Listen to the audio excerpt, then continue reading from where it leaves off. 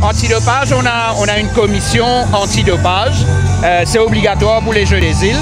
Et donc, il y a une formation qu'il fait. Et là, il y a une responsable de la commission. Et récemment, donc, semaine dernière, c'est une formation avec un infirmier pour expliquer justement comment faire l'antidopage. Et donc, c'est une commission en lui-même et c'est un travail très important. Déjà, les règlements du World Anti-Doping disent qu'ils nous visent continuellement tester nos athlètes. Parce que ce n'est pas juste Jeux des îles, là, c'est n'importe quelle compétition je peux aller. Compétition africaine, compétition world, donc de temps en temps, il y a un surprise check qui l'unité antidopage de Maurice Bizin faire et il a envoyé ce rapport. Bien sûr, pour les jeux, comme dans tout ban de jeux, nous avons une unité de antidopage.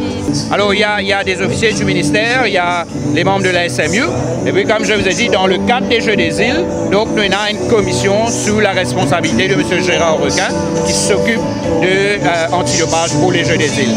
Et nous avons aussi l'assistance de l'organisation régionale antidopage qui est basée aux Seychelles, donc on a payé nous dans ce travail-là. À 60 jours des Jeux, je dois dire que la préparation, ça se passe bien, parce que déjà, nous avons plusieurs compétitions qui nous battent l'athlète à faire, nous avons plusieurs stages qui nous battent l'athlète à aller.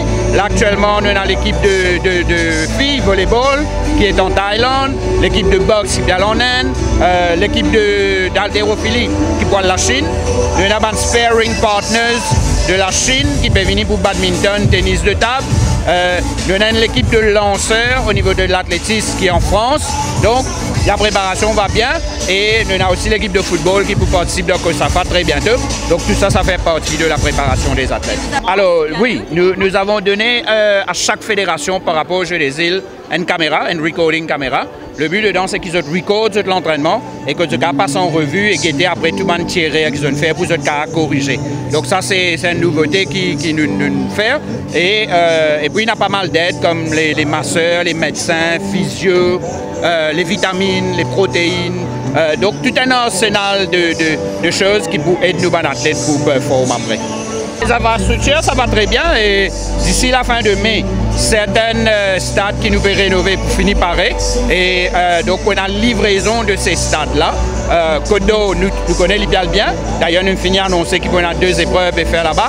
À Rodrigue, le gymnase Malabar peut terminer bientôt, nous pourrons faire l'inauguration. Le stade Corduroy aussi. Donc ces rénovations, que ce soit Maurice, Rodrigue, ça va très bien, on est dans les temps. Et donc, il n'y a pas de stade pour pareil. D'accord, merci beaucoup. Merci.